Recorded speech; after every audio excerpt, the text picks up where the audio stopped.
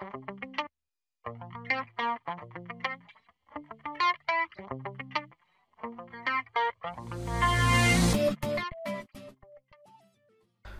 मित्रांनो, जीनियस सायन्समध्ये आपलं मनापासून खूप खूप स्वागत आहे.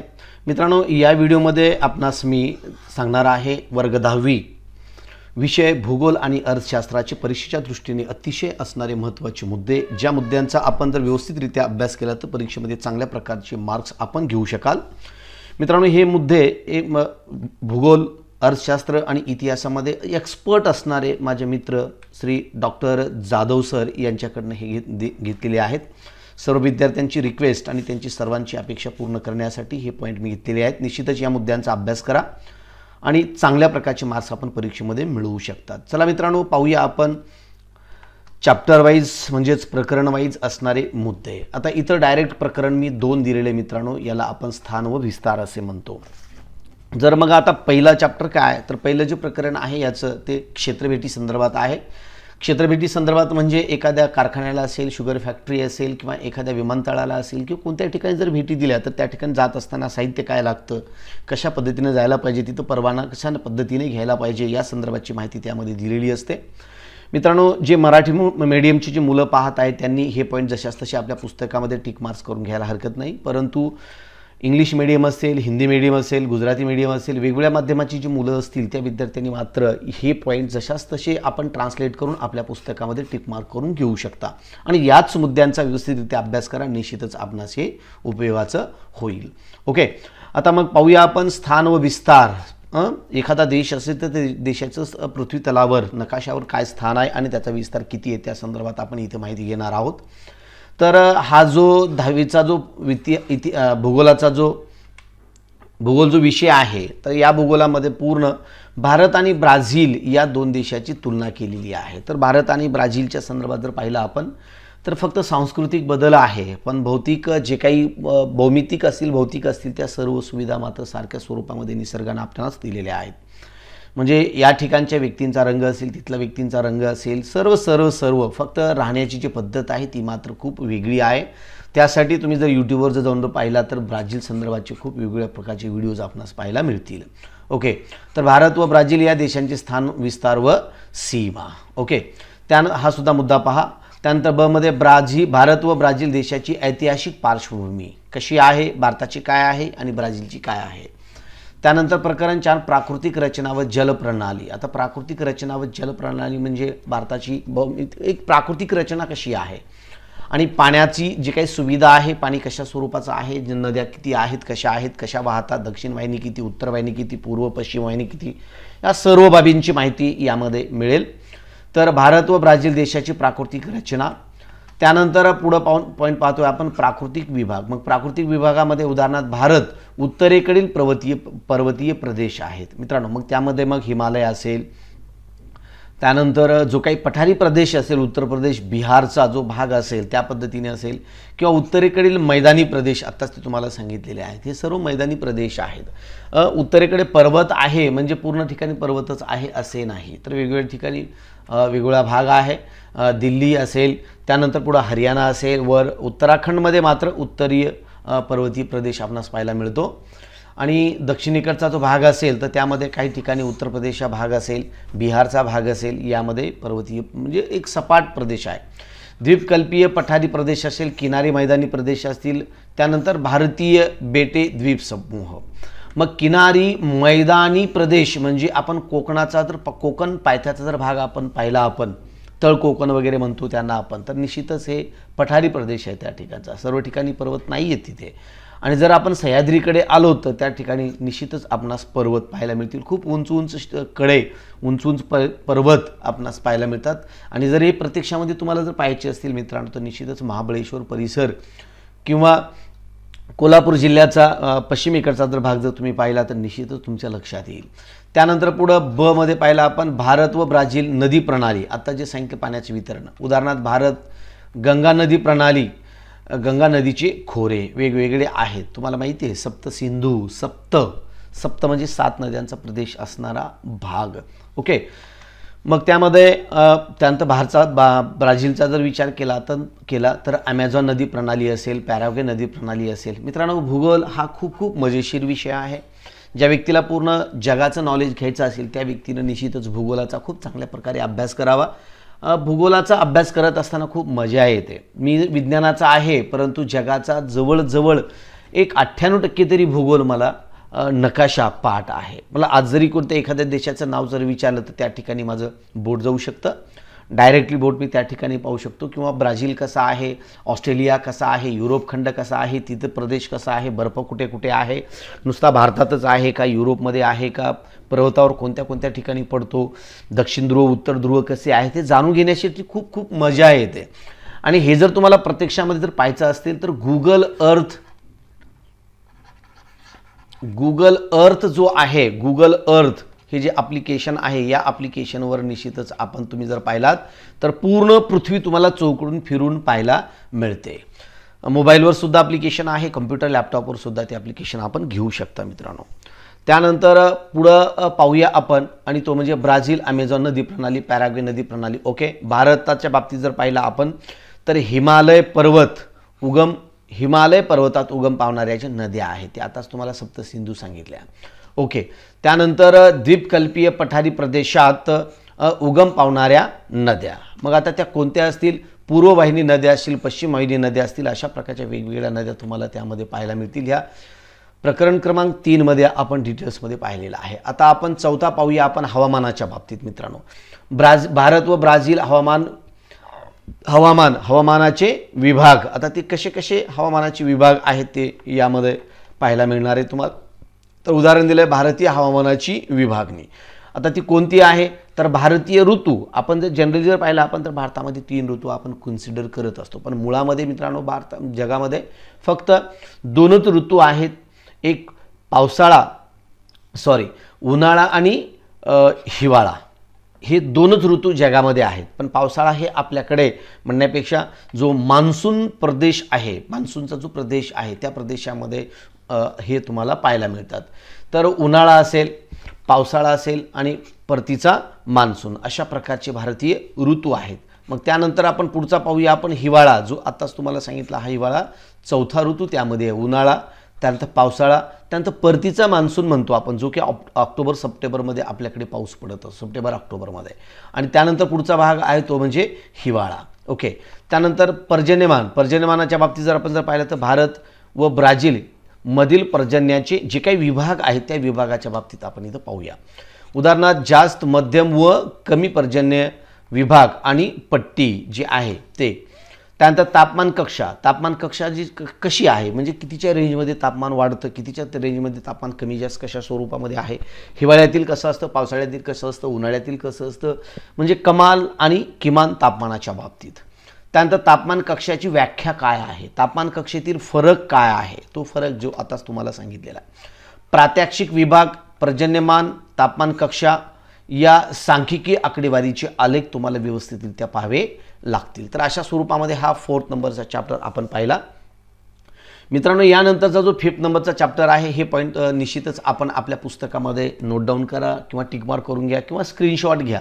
चॅनलवर प्रथम असाल तर लागली चॅनल सबस्क्राईब करा, बेल आयकॉन दाबा, कारण का जीनियस सायन्स म्हणजे विज्ञानाच्या बाबतीत सर्व व्हिडिओज मी अपलोड करत असतो. आणि मला भूगोलाचा खूप आवड असल्यामुळे भूगोलाची मी जशी वेळ मिळेल तशा स्वरूपामध्ये सुद्धा मी व्हिडिओज अपलोड करत असतो मित्रांनो. जीनियस सायन्स मराठी आणि जीनियस सायन्स हिंदी हे दोन्ही चॅनल आपण सबस्क्राईब करा. दोन्ही आयकॉन बेल आयकॉन दाबा दोन्ही ठिकाणी, आणि प्रत्येक ठिकाणी मराठी आणि हिंदीमधून व्हिडिओज तुम्ही सातत्याने पाहत राहा. अभ्यासक्रमाचे व्हिडिओज, एंटरटेनमेंटचे व्हिडिओज मी अपलोड करत नाही, फक्त अभ्यासाचे. भारत व ब्राझीलमधील वनस्पती व प्राणी, मग इथं सांगितलं तुम्हाला नैसर्गिक वनस्पती व प्राणी या संदर्भात आपणाशी यामध्ये दिलेलं आहे. त्यानंतर आपण पुढचा भाग पाहूया आपण यामध्येच. उदाहरणार्थ भारतीय वनस्पतींचे प्रकार, मग ते कोणते असतील त्या संदर्भात. त्यानंतर उष्ण प्रदेशीय वनस्पती मित्रांनो. त्यानंतर पुढचा भाग येईल पानझडी वनस्पती. त्यानंतर पुढचा भाग आहे किनारपट्टीय खारफुटी वनस्पती असतील. त्यानंतर पुढचा भाग आपण जर पाहायचा म्हटलं हिमाच्छादित वनस्पती असेल मित्रांनो. उष्ण प्रदेशीय वनस्पती, जी बाबळीचं झाड वगैरे म्हणतो आपण, जी बाबळ असते काटेरी बाबळ, ती उष्ण प्रदेशीय वनस्पती आहे. मग निवडुंग असेल. पानझडी म्हटल्याच्यानंतर सागवान येईल, वडाचं झाड येईल, हे पानझडीमध्ये येतात, ज्यांची की पानं गळून जातात. कडुनिंबाचं झाडसुद्धा पानझडीमध्ये येतं, त्याचीसुद्धा पानं गळून जातात. त्यानंतर किनारपट्टी खारफुटी वनस्पती आपण पाहतो, मँग्रोव्ह वनस्पती हे किनारपट्टीमध्ये येतात. त्यानंतर हिमाच्छादित वनस्पती, मग हिमाच्छादित म्हटल्याच्यानंतर हिमालयामध्ये जे एक सुळासारख्या वनस्पती असतात, जे की वरचा टोक हा निमुळता असतो आणि खालचा टोक थोडासा पसरट असतो, आणि निसर्गानं त्यांना हे दिलेलं हे वरदान असतं. वरचा भाग टोकाचा असतो, खाली पसरट असतो, कारण का पडलेला बर्फ सरळ स्वरूपामध्ये तो घसरून जमिनीवर पडावा, वनस्पतीवर पडू नये, म्हणून तशाच पद्धतीचं त्या वनस्पतीमध्ये अकोमोडेशन तयार केलेलं असतं, वनस्पतीनं अडॉप्टेशन तयार केलेलं असतं. त्यानंतर पुढचा भाग पाहूया आपण, भारत व ब्राझीलमधील वन्य प्राणी. आता कोणते आहेत भारतामधील वन्य प्राणी, कोणते असतील? नैसर्गिक वनस्पती व वन्य प्राणी यांचा सहसंबंध. त्यानंतर पुढचा पाठ आपण, भारत व ब्राझीलमधील वन प्रदेशात आढळणारे प्राणी पक्षी सर्व ठिकाणी सारखे नसतात मित्रांनो. महाराष्ट्रामध्ये वेगळेच प्राणी असतात, काश्मीरमध्ये वेगळेच प्राणी असतात. त्यानंतर सियाचीन भागामध्ये असणारे प्राणीसुद्धा वेगळेच असतात, त्या ठिकाणी त्या वातावरणामध्ये जगू शकतील अशा स्वरूपाचे. मग त्यानंतरचा तिसरा पॉईंट यामधलाच पाहूया आपण, नैसर्गिक वनस्पती व प्राणी व बदलते पर्यावरण. आजची परिस्थिती जर पाहिली मित्रांनो आपण, तर याचा खूप स्वरूपामध्ये बदल होत आहे.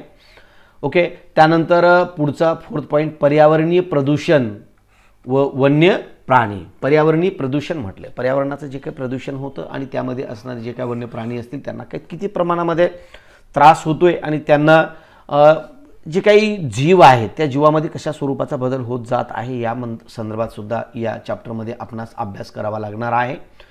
त्यानंतर पुढचा जो पार्ट आहे आपण तो पाहूया मित्रांनो. तो पॉईंट आपण इथं, तर प्रकरण 6 लोकसंख्या. मग लोकसंख्येमध्ये लोकसंख्या वैशिष्ट्ये, मग यामध्ये कोणती कोणती येतील?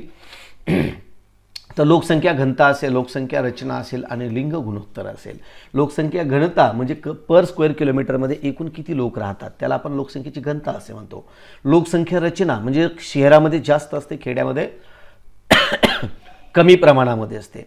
त्यानंतर लिंग गुणोत्तर असेल, गुणोत्तराचं म्हणजे पर 1000 पुरुषामागे किती स्त्रिया आहेत, किंवा पर 1000 स्त्रियामागे किती प्रमाणामध्ये स्त्रिया पुरुष आहेत वगैरे, यांचं गुणोत्तर याला आपण लिंग गुणोत्तर असे म्हणतो. मग लिंग गुणोत्तराच्या बाबतीत पाहिलं आपण तर भारतामध्ये इतर ठिकाणी वेगळं प्रमाण आहे, पण केरळामध्ये मात्र स्त्रियांचं प्रमाण जास्त आहे, ते सुद्धा आता बरोबरीमध्ये येत आहे. आणि इतर ठिकाणी मात्र पुरुषांचं प्रमाण जास्त आहे आणि स्त्रियांचं प्रमाण कमी आहे, त्याला आपण लिंग गुणोत्तर असे म्हणतो. हे सुद्धा पॉईंट अभ्यासायला पाहिजे.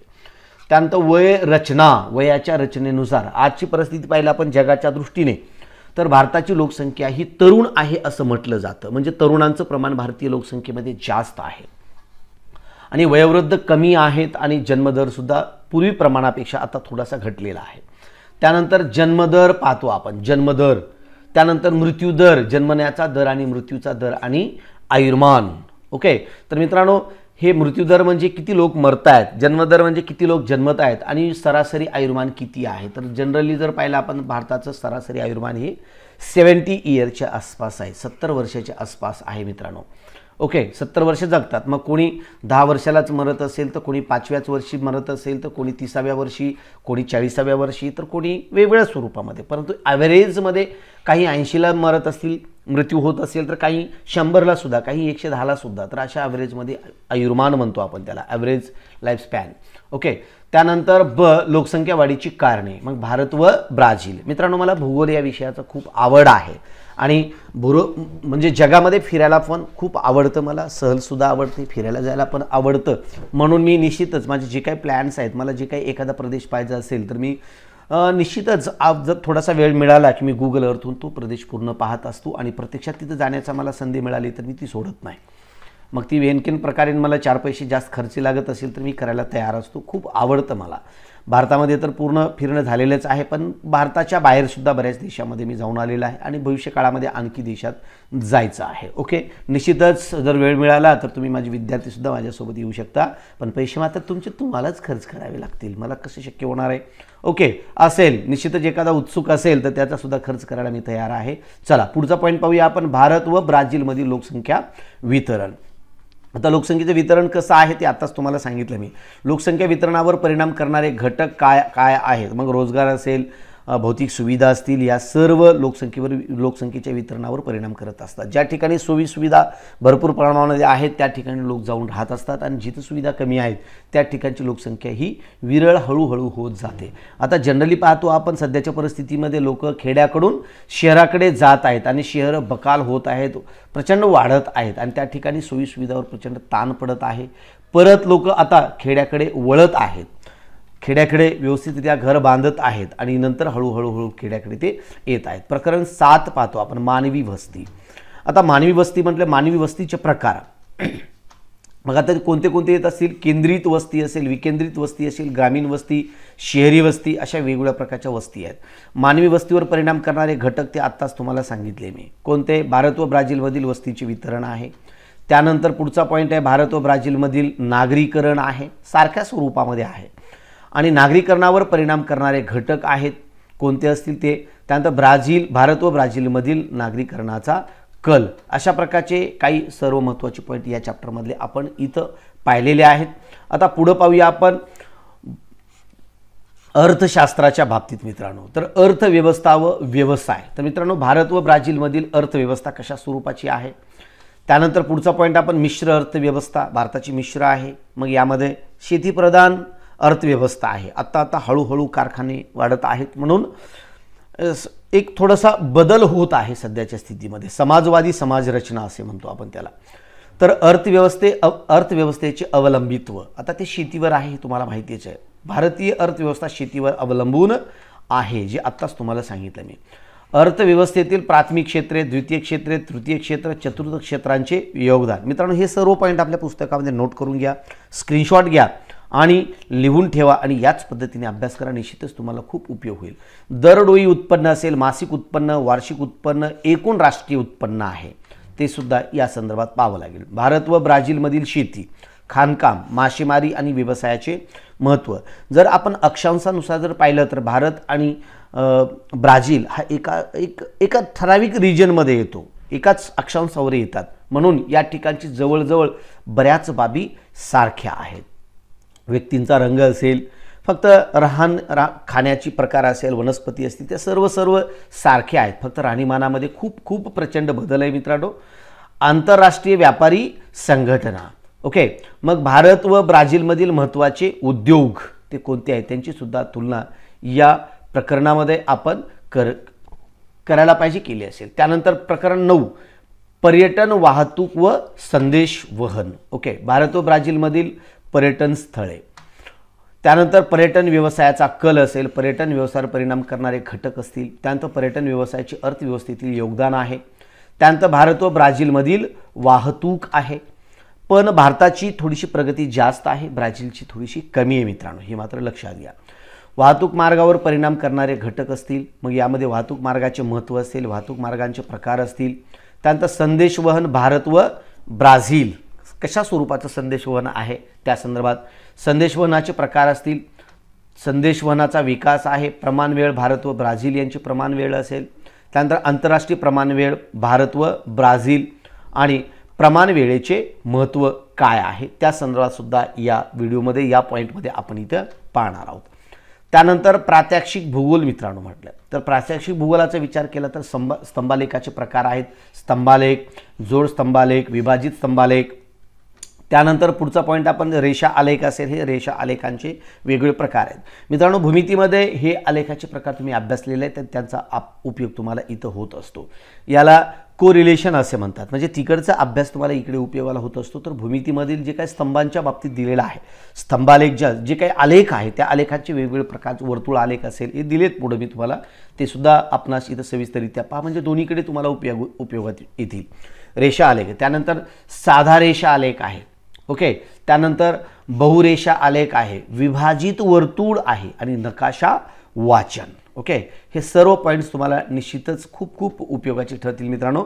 तर अशा स्वरूपामध्ये अत्यंत महत्त्वाचे पॉईंट मी तुमच्यासाठी अपलोड केलेले आहेत मित्रांनो. हे सर्व पॉईंट्स माझ्या एक्सपर्ट असणाऱ्या मित्राकडनं हे घेतलेले आहेत, जाधव सरांकडनं हे घेतलेले आहेत.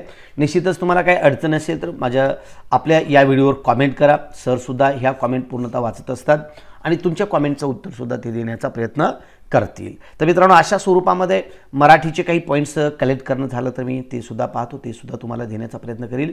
आणि हे जे विषयाचे जे एक्सपर्ट टीचर आहेत यांचं एक लाईव्ह सेशनसुद्धा आपण एका विषयानुसार घेण्याचा मी प्रयत्न करत आहे। तर मित्रांनो, अशा स्वरूपामध्ये आपण या व्हिडिओसाठी इथंच थांबूया।